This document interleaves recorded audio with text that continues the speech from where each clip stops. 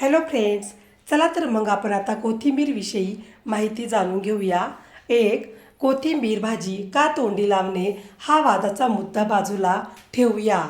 दोन, कोथिंबीरीचा जास्त करून वापर खाद्यपदार्थाची चव वाढवायला म्हणून प्रामुख्याने केला जातो. तीन, चटणी, कोशिंबीर, खिचडी, पुलाव, भात, विविध भाज्या, आमटी, सूप या सर्वांकरिता कोथिंबीर हवीच. चार, बहुधा सर्व घरी सदा सर्वदा सकाळ संध्याकाळ पोळी भाकरी भात सोडून सगळ्या पदार्थात कोथिंबीर वापरली जातेच. पाच, कोथिंबीर ताजीच हवी तरच त्याचा स्वाद पदार्थाची खुमारी वाढवतो. सहा, भाजी बाजारात काही वेळा कोथिंबीर खूप स्वस्त तर उन्हाळ्यात सर्वसामान्य माणसाच्या आटोक्याच्या बाहेर असते.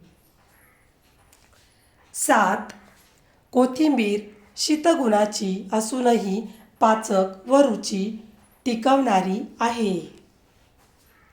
आठ, जेवणात अधिक तिखट जळजळीत पदार्थ खाणाऱ्यांना उष्णता पित्त याचा त्रास होऊ नये याची काळजी कोथिंबीर घेते.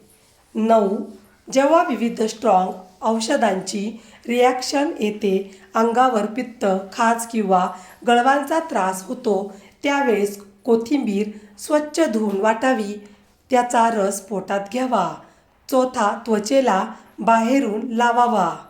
10, बिब्बा गंधकमुक्त औषधे स्ट्रॉंग गुगुळ कल्प यांच्या वापरामुळे काही उपद्रव उद्भवल्यास कोथिंबीरीचा सहारा घ्यावा. 11, रक्तशुद्धी रक्तातील उष्णता कमी करणे तापातील शोष हा उपद्रव कमी करायला ताज्या कोथिंबीरीच्या रसाचा वापर करावा. पथ्यकर भाज्यांत कोथिंबीर अग्रस्थानी आहे. व्हिडिओ पूर्ण बघितल्याबद्दल खूप खूप धन्यवाद.